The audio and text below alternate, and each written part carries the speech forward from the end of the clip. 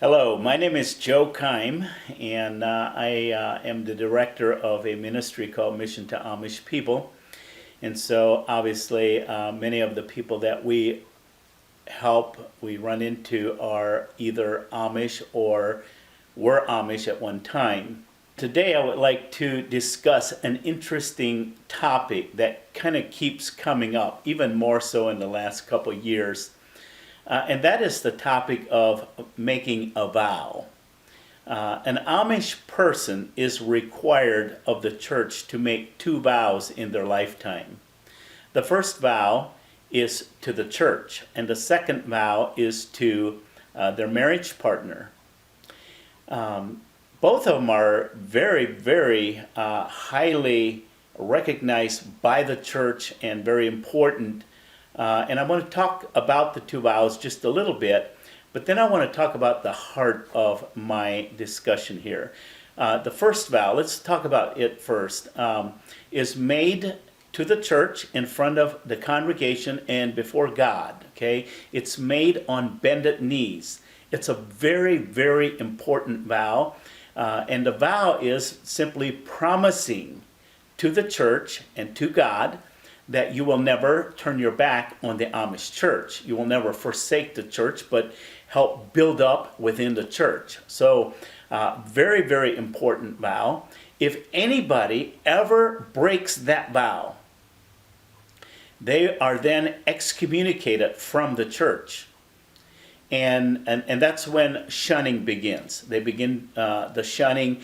And they simply, in at least in the old order church where I come from, when someone is excommunicated, they are turned over to Satan, and they are now part of Satan and his world. If they ever die in that state, there's no hope for them. Okay, and that's for those who break that vow. Now, the second vow is just as important, or maybe not quite as important. It's the marriage vow. And, Amish people look at marriage or should say divorce and remarriage as a sin, an unforgivable sin. If somebody in the community divorces and goes out and gets remarried, they will never be allowed to be a member of the church anymore, ever, because they broke that vow, okay?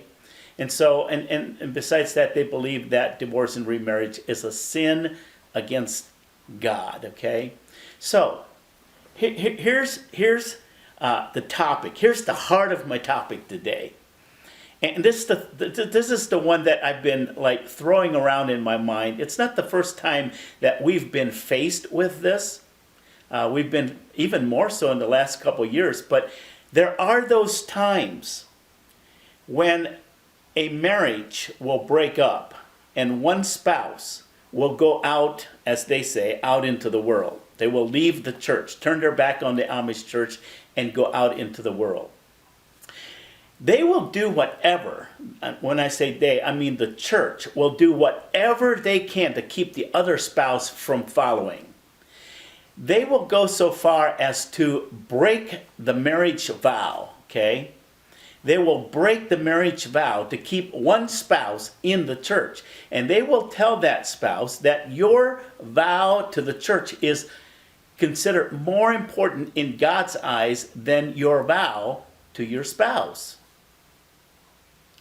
The question is, are they right? Is the marriage vow of a lesser value than the vow to the church? And as I'm contemplating this and thinking it through, I'm thinking, well, first of all, the vow that we had to make before the Amish church is unscriptural. There's no place under the new covenant anywhere that I'm aware of where God requires a vow to be made to the church before one can become a member of that church. Nowhere. It's not in Scripture. If it is, I'd love for you to point it out to me. Now, there's plenty to be said about the vow that is made to a spouse.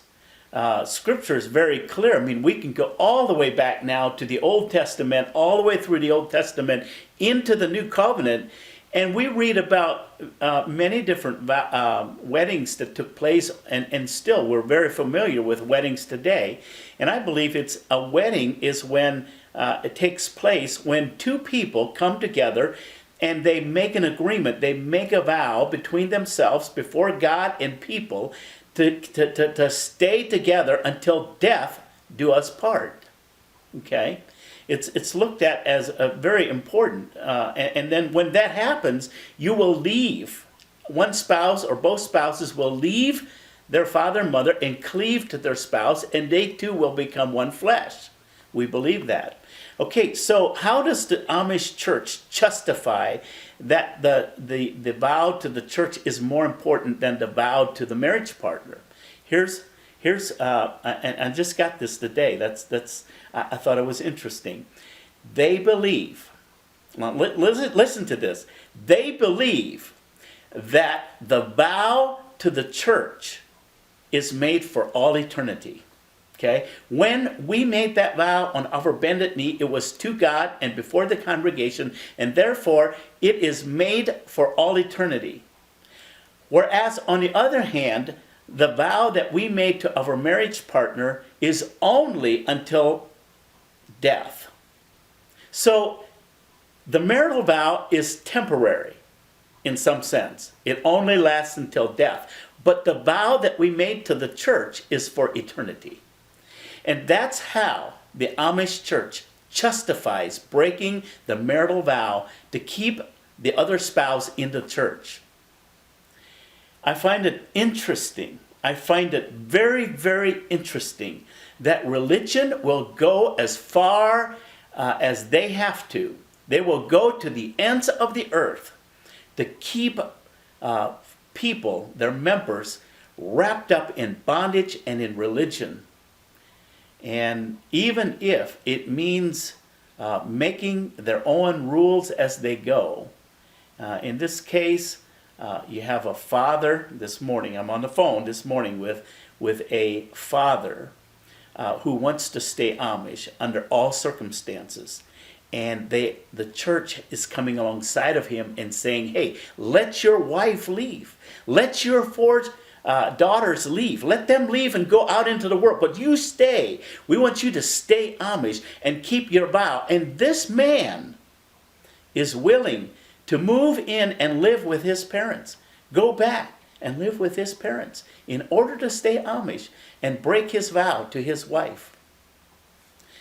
And to me, it just saddens me. It just breaks my heart.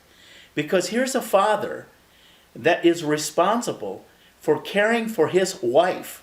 He made a vow to her. It's a very scriptural vow to keep, to be responsible, to care and provide for his wife. Okay? Until death do us part. And just as important, he has brought 4 children into this world. And he's responsible. I'm not responsible. You're not responsible. The church or our ministry is not responsible.